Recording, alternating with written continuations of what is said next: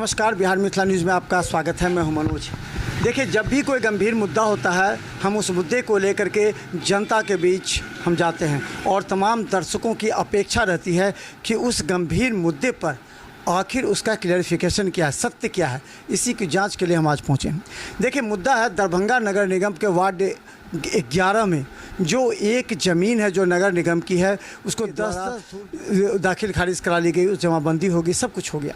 बाद में नगर निगम में पहुंचा कि हमें कब्जा चाहिए। इसके बाद ये बात खुला। उसके बाद सभी पार्षद सजग हो गए कि अरे ये तो नगर निगम की ज़मीन बेची जा रही है। हालांकि पार्षदों को सोचना भी चाहिए कि नगर निगम की और भी कितनी ज़मीनें हैं, तालाबें हैं जिसे भर लिया गया। उसके लिए आवाज़ सवाल हम बाद में पूछेंगे। लेकिन हमारे साथ सोनीपुर में हैं जो वार्ड 11 के पार्षद हैं। ये जो ज़मीन का मामला था काफ़ी ज़्यादा हाईलाइट हुआ, ये प्रारंभ में कैसे पता चला आपको? सबसे पहले तो आपको बहुत बहुत धन्यवाद भैया। ये विशेष बैठक रखी गई थी निगम में, उसी दरमियान हम लोग को सभी पार्षदों को पता चला कि यह है नगर निगम के ज़मीन को, हसन चौक के पार्किंग को। तो जैसे ही सुनी मैं तो लगा कि भाई मेरे वार्ड का है, तो सबसे पहले तो संज्ञान में मेरा कर्तव्य है लेना।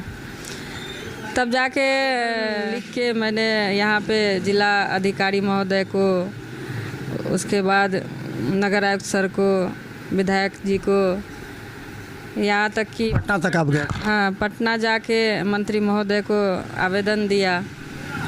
लेकिन देते ही जो है जिलाधिकारी सर राजीव रोशन जी तुरंत में आए। उसके बाद मेरे सामने में ही हर जगह फ़ोन घुमाए और तुरंत बोले कि इस पे जो है जांच बैठाओ और तुम लोग देखो। लेकिन नगर आयुक्त सर ने भी तुरंत में जांच लिया और सबसे पहले अपना रसीद कुछ दिन का बाकी था उसको कटवा के अप टू डेट करा के फिर सीओ सर के द्वारा FRI दर्ज हुआ।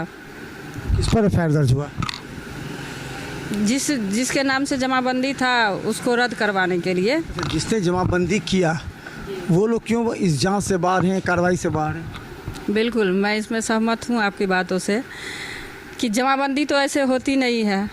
जमाबंदी करने वाले कर्मचारी और जो भी अंचल के पदाधिकारी हैं इस पे संज्ञान में लेना चाहिए। उन लोगों की गलती के वजह से ही आज ऐसा हो रहा है। आप हो, हम हो, कोई भी आदमी चाहेगा कि सस्ता में ज़मीन ले। कोई सीधा साधा आदमी फंस गया, उसकी जो है कुछ ना कुछ बेचारा बीच में तो कर्मचारी से भी तो कुछ ना कुछ किए ही होंगे। बिल्कुल। तो मैं इस पे ये कहना चाहूँगी कि उसका खामियाजा कौन भुगतेगा। ये दोनों व्यक्ति कौन थे जो 10-10 जोड़ लिए, जो आइडेंटिफाई हो गए हैं? कौन? ये परशुराम शाह जी हैं सोनकरपुर के, और एक पूनम देवी है महिला, 10-10 धुर करके। बहुत बहुत धन्यवाद जिलाधिकारी महोदय का कि संज्ञान में तुरंत लिए और उसको जो है रिजेक्ट करवाया गया। अब सब ठीक हो गया है। निगम के अंदर में हमारी जो पार्किंग की ज़मीन थी वो भी आ गई है। इसके खुशी में हम लोगों ने एक दूसरे को मिठाई भी खिलाया था। वापस आ गई। तो जिसने की उस समय जो तत्कालीन CO थे, जो कर्मचारी थे, उन पर कार्रवाई का कोई आश्वासन मिला? क्योंकि ये वैसे तो कई ऐसी ज़मीनें होंगी जो नगर निगम की लिखा लिखी, कुछ माफिया तो जानते हैं ना कि कौन सा निगम की ज़मीन है जो अभी उनके नज़र से बाहर है। तो उस पर कार्रवाई की क्या बात? हम लोग को आश्वासन दिया गया है, अभी तक तो कोई ऐसा किया नहीं गया है। मैं चाहूँगी कि ये पूरी की पूरी जिम्मेवारी जो है अंचल की या कर्मचारी उसमें मिले हुए हैं, सबकी गलती के वजह से ही ऐसा होता है। आज उसका हुआ, कल उसका हुआ, परसों। हम लोग जब सेफ नहीं रहेंगे तो आम आदमी का क्या हाल होगा। आप इस बार पता लगा होगा, सभी पार्षद एक जगह आए, अपने एक संगठन भी बनाया है।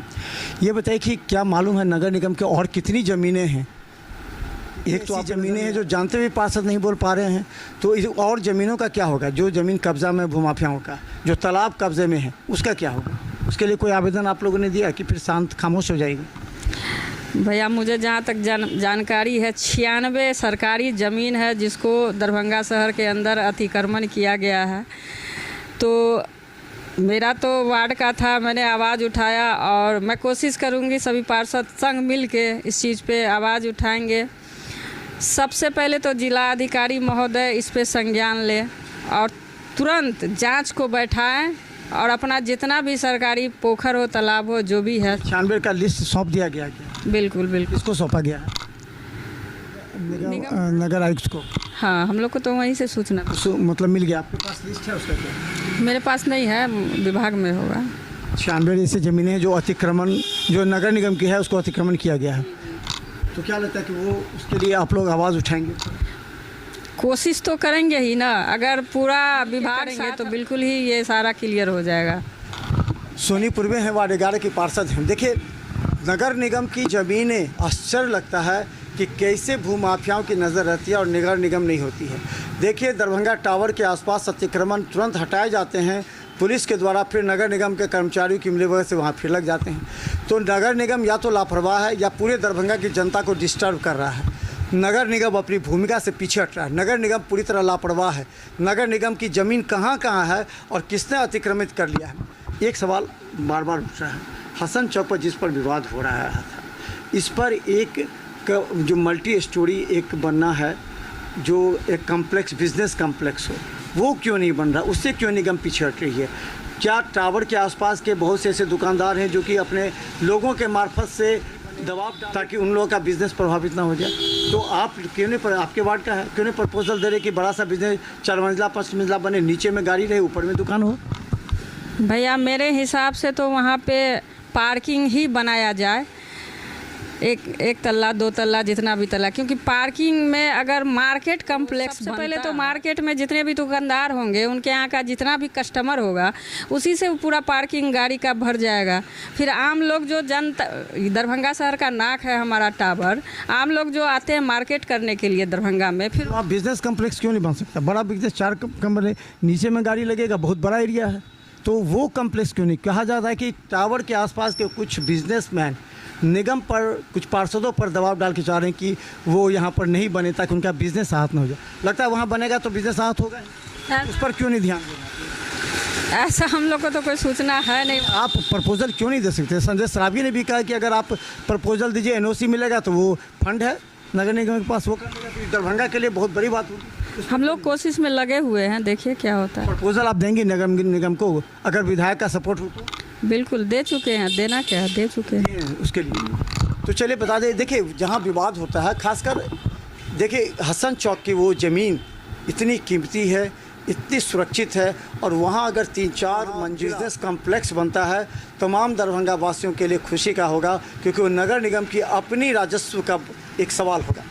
दूसरा बात कि नीचे है, कितने पूरा एरिया है वहाँ का, 10 कट्ठा से तो ऊपर, 7 कट्ठा कुछ दूर है।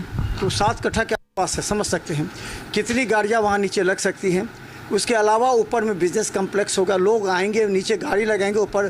तो क्या नगर निगम राजस्व नहीं चाहता?